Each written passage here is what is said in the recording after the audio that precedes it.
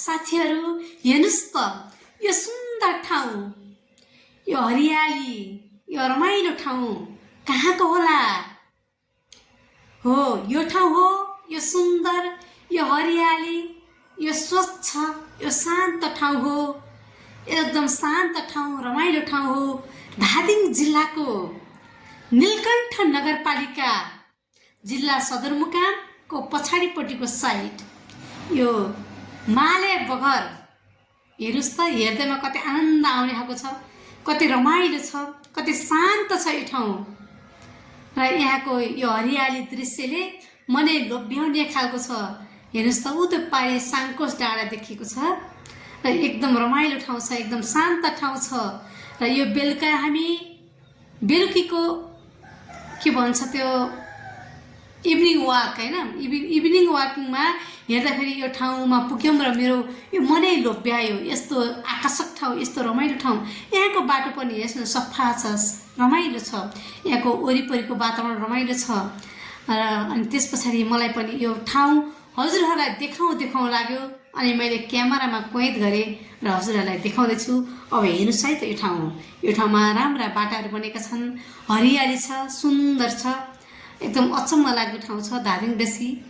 धादिङ जिल्लाको यो माले बगर भन्छ। यो विशेष गरी तामाङ समुदायको बढी बाहुल्य रहेको ठाउँ छ यो। यहाँ चाहिँ विशेष गरी तामाङ समुदाय, त्यसपछि नेवार समुदाय पनि रहेको छ। एकदम रमाइलो ठाउँ छ। हेरिरहनुहोस् त, सानो डग, आहा एउटा कति राम्रो डग, हेर्नु न कति राम्रो है। ल हेर्नुहोस् है त, हेर्नुहोस् साथीहरू, हेर्नुहोस्। छैन त अचम्मको ठाउँ, छैन त रमाइलो ठाउँ। ल हेर्नुहोस् है, यो धादिङ जिल्लाको यो शान्त बुवा मम्मीले भनेर आएको रमाइलो ठाउँ छ। मकै पनि कति राम्रो, कति यसपालि मकै अस्ति हाउले सबै ढालेर गरलाम गुलुम बनाएको छ। तर यहाँ चाहिँ कहीँ केही भएको रहेनछ। मकै अत्यन्त राम्रो छ, एक नासको मकै रहेछ। हेर्नुहोस् चमरा कति रमाइलो, यो मकैको चमरा काटेको जम्मै मकैले सुत्ला पनि राम्रो चेपेको रहेछ, रमाइलो छ। हेर्नुहोस् न है, यो ठाउँ एकदम रमाइलो छ। र साथीहरूले हेर्नुहोस् है त, हेर्नुहोस् न, यो हो धादिङ जिल्लाको नीलकण्ठ नगरपालिकाभित्रको यो वार्ड नम्बर 3 नै बोल्छ के अरे, हो वार्ड नम्बर 3 को धादिङ जिल्लाको माले बगर है साथीहरूले। हेर्नुहोस् न, यहाँ चाहिँ विशेष गरी अब गाडीहरू त्यति हुँदैन। अनि यहाँ चाहिँ मेन सडकभन्दा अलिकति भित्रपट्टि छ। त्यस कारणले गर्दा यहाँ चाहिँ पैदल यात्रीहरू चाहिँ हुन्छ। हामी पनि आज चाहिँ बेलुकाको यसो बेलुका हिँड्नु न त भनेर चाहिँ बेलुका हिँडेको। अनि मलाई त यो ठाउँमा आएको धेरै भएछ। अनि यो ठाउँमा आउँदा मलाई रमाइलो लाग्यो, शान्त लाग्यो। अनि होइन हजुरहरूलाई देखाउनुपर्छ भन्ने भाव मलाई आयो।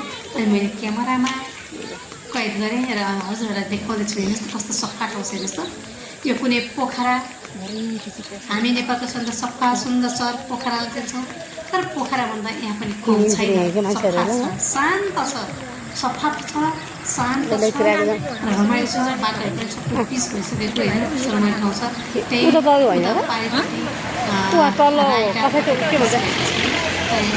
शान्त बजारतिर होइन, यति रमाइलो ठाउँ छ। अझै हेर्नु साथीहरू, उता माथि यस्तो राम्रो ठाउँ छ।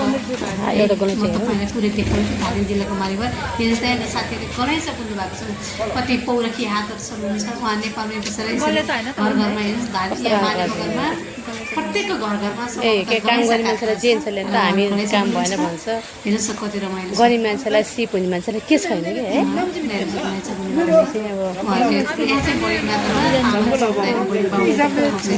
धादिङ जिल्लाको माले बगरमा चाहिँ तामाङहरूको चाहिँ बढी पाउने हुन्छ। तामाङ समुदायको बढी पाउने हुन्छ र समुदाय पनि हुनुहुन्छ। सबैको घर घरमा चाहिँ एउटा चाहिँ के छ, कसैले केही पाल्नु पाएको छ। तर गलैँचाका